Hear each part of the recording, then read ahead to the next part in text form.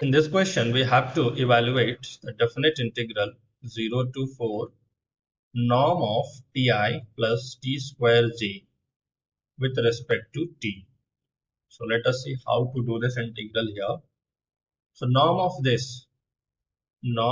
vector ti plus t square j, it is equals to under root of t square, and here we get t square whole square, that becomes t square plus t raised to 4. We can take t square outside, becomes t, and here we are having t root of 1 plus t square. That means we have to integrate 0 to 4 t times root of 1 plus t square dt.